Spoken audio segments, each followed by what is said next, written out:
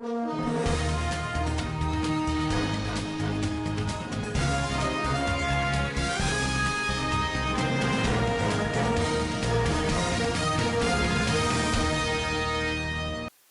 and welcome to Standard Voice Television Global News. Today, 16th March 2026, equivalent to Islamic calendar, 27th Ramadan, 1447, after the Hijrah of the Noble Prophet. In the headlines, Presidency directs nationwide rice distribution for Ramadan and Lent. Zamfara government approves early payment of March salaries to workers ahead of Eid al-Fitr. Federal government alleges plan to humiliate Nigeria during President Tinubu's UK visit.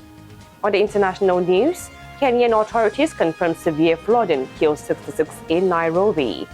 And on sports update, FIFA sanctions Nigeria and Congo over violations of World Cup playoff final. Details of these and more will come to you in the news bulletin. My name is Sumaya Mustafa. Stand by. President Bola Ahmed Tinubu has ordered a nationwide distribution of rice in support of citizens observing Ramadan and Lenten fast. Director General of the Renewed Hope Ambassadors and Imo State Governor Hope Uzodinma announced this in a statement in Abuja. The statement explained that the exercise was aimed at strengthening national unity and demonstrating compassion during a period that holds deep spiritual significance for both Muslims and Christians.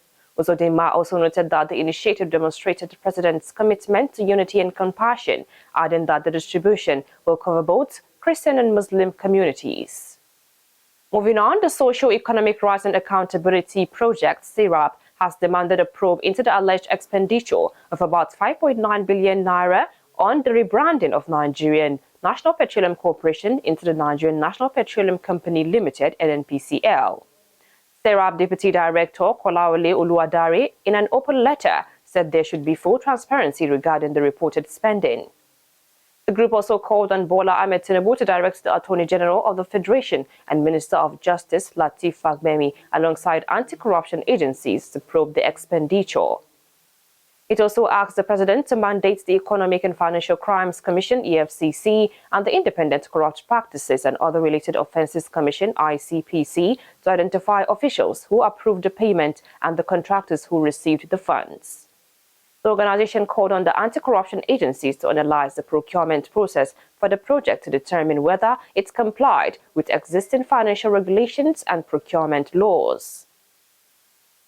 The Zamfara State government has approved the early payment of March 2026 salaries to all civil servants and pensioners ahead of the forthcoming Eid al-Fitr celebration. The State Commissioner for Information and Culture, Mohammed Lentawasa, who disclosed this in a statement, said arrangements have been concluded to ensure the prompt payment of salaries and pensions to all beneficiaries across the state. He stressed that the measure is aimed at easing financial pressure on workers and retirees and enabling them to make adequate preparations for the Salah festivities, urging civil servants and pensioners to support government policies.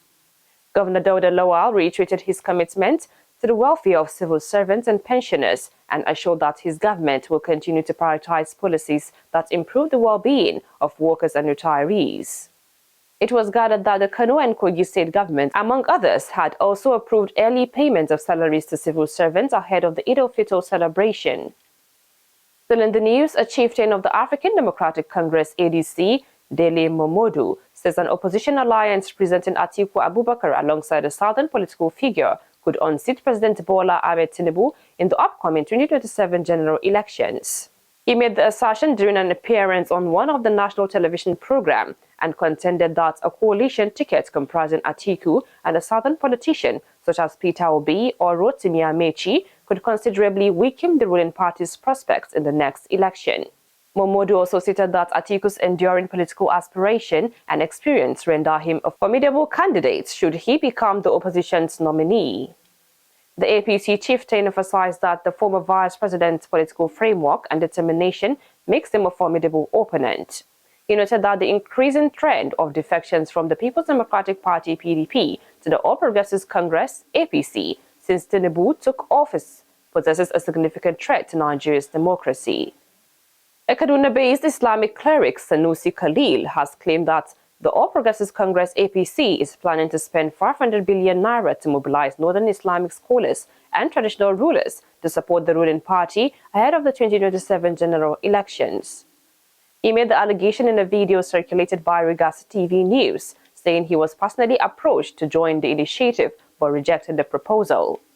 Khalil explained that those behind the alleged plan intended to use religious and traditional leaders to influence public opinion and rally support for the party in the build-up to the elections, which is slated for January 16, 2027. The Kaduna-based cleric, however, warned those who approached him not to bring such proposals to him again. Meanwhile, the ruling APC had not issued an official response to the allegation. Moving on, a political group has lamented that Nigeria risks sliding back to the exiled state status it experienced under the late military ruler, General Sani Abacha, if alleged manipulations of the electoral process ahead of the 2027 general elections are not stopped.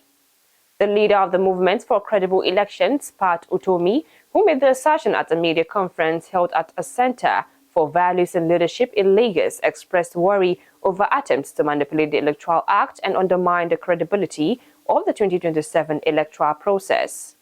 He rallied Nigerians in the diaspora to draw international attention to developments in the country, noting that developments around the recently amended Electoral Act suggested a growing desperation among those in power. Groups and individuals have continued to allege a hidden agenda behind the new Electoral Act, with the Inter-Party Advisory Council threatening to boycott the 2027 election over issues relating to indirect primaries and mandatory electronic transmission of results in the Electoral Act 2026. The news is coming to you on Standard Voice Television. Still to come in the news. Federal government alleges plan to humiliate Nigeria during President Tinubu's UK visit. On the international scene, Kenyan authorities confirm severe flooding and kill 66 in Nairobi. And on sport updates, FIFA sanctions Nigeria and Congo over violations of World Cup playoff final. Do stand by for these and more after this break.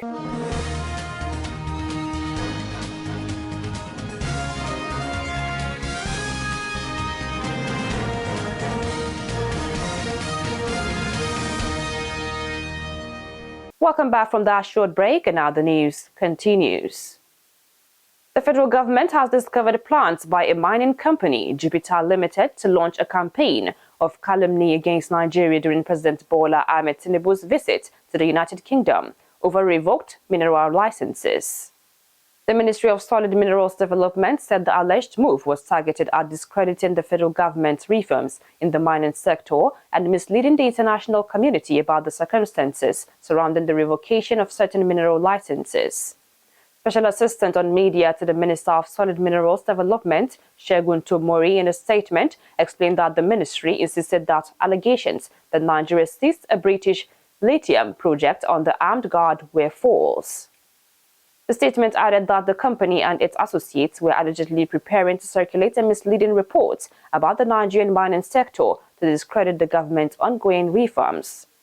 Tomori said Nigeria had no legal or contractual relationship with any company known as Jupiter Lithium, stressing that mining laws prohibited foreign companies indirectly holding mineral titles.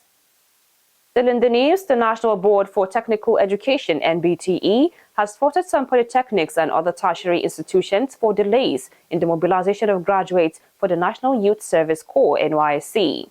It was gathered that many higher national diploma HND graduates from polytechnics across Nigeria are stranded for years after completing their programs while awaiting mobilization for the National Service Scheme. Some affected graduates attributed the delay to administrative hitches within their institutions and the limited mobilization quota allocated by the scheme. The Executive Secretary of the Board, Idris Bugaje, made this known through the NBTE NYSC Desk officer, Dauda Baba Halal, noting that the delays were largely caused by institutions' failure to comply with established academic procedures and poor documentation of students' records. He pointed out that some institutions had failed to enforce the mandatory one-year industrial training required after the national diploma before students proceed to the higher national diploma, HND. Moving on, the federal government has been called upon to urgently protect citizens from the rising cost of petrol and worsening economic hardship. President Nigeria Labour Congress NLC Joe Ajero in a statement said the recent hike in petrol prices ranging between 1,170 and 1,300 naira per litre has placed unbearable pressure on workers and ordinary Nigerians. The Labour Union also attributed the price surge to escalating tensions in the Middle East involving the United States, Israel and Iran, which it said had triggered instability in the global oil market. Ajero, while describing the development as an attack on the welfare of citizens, said Nigerian workers are being forced to bear the consequences of a crisis they did not cause. The statement cited predictions from Nigeria Economic Summit Group (NESG), noted that Nigeria could earn about 30 trillion naira in oil windfall due to the Middle East crisis. He urged the government to channel such revenue towards alleviating citizens' hardships. And on the international scene, Kenyan capital Nairobi has been worst hit by heavy rainfall, triggering flash floods as rivers have burst their banks, flooding homes and damaging roads, power and water lines. Police said 4 people have died in Kenya after heavy rain caused widespread flooding, taking the number to have died in the past week to at least 66 people. Also, Kenya Red Cross, 11 persons were rescued after a minibus taxi got struck as water rose in Nairobi, while 2 children were saved from a flooded house. The Kenyan Interior Ministry has warned residents of low-lying areas to move to a safer ground, and more than 2,000 people have had to leave their homes to seek shelter. On his part, President William Ruto stated that authorities were working to clear blocked drainage systems, adding that emergency food supplies and medical assistance were being delivered to those affected. And lastly, on sport news, FIFA has sanctioned the Nigerian Football Federation (NFF) and the Democratic Republic of Congo Football Federation following disciplinary incidents that occurred during the 2026 FIFA World Cup African Playoff Final between the two nations. This is coming 4 months after the Congolese beat Nigeria 4-3 on penalties in Morocco to advance to the Intercontinental Playoffs.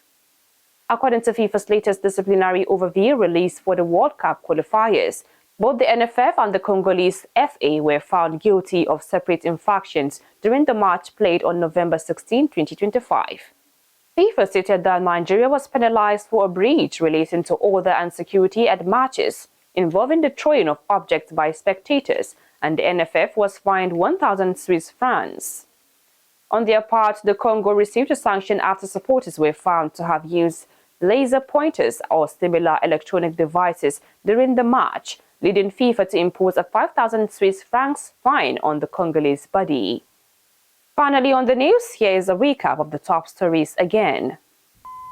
Presidency directs nationwide rice distribution for Ramadan and Lent. Zamfara government approves early payment of March salaries to workers ahead of ELECTORAL. Federal government alleges plan to humiliate Nigeria during President Tinubu's UK visit.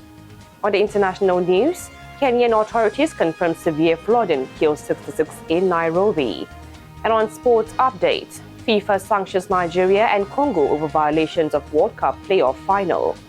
And that's the size of the news on Standard Voice Television Global News. Our next news bulletin comes up to you later.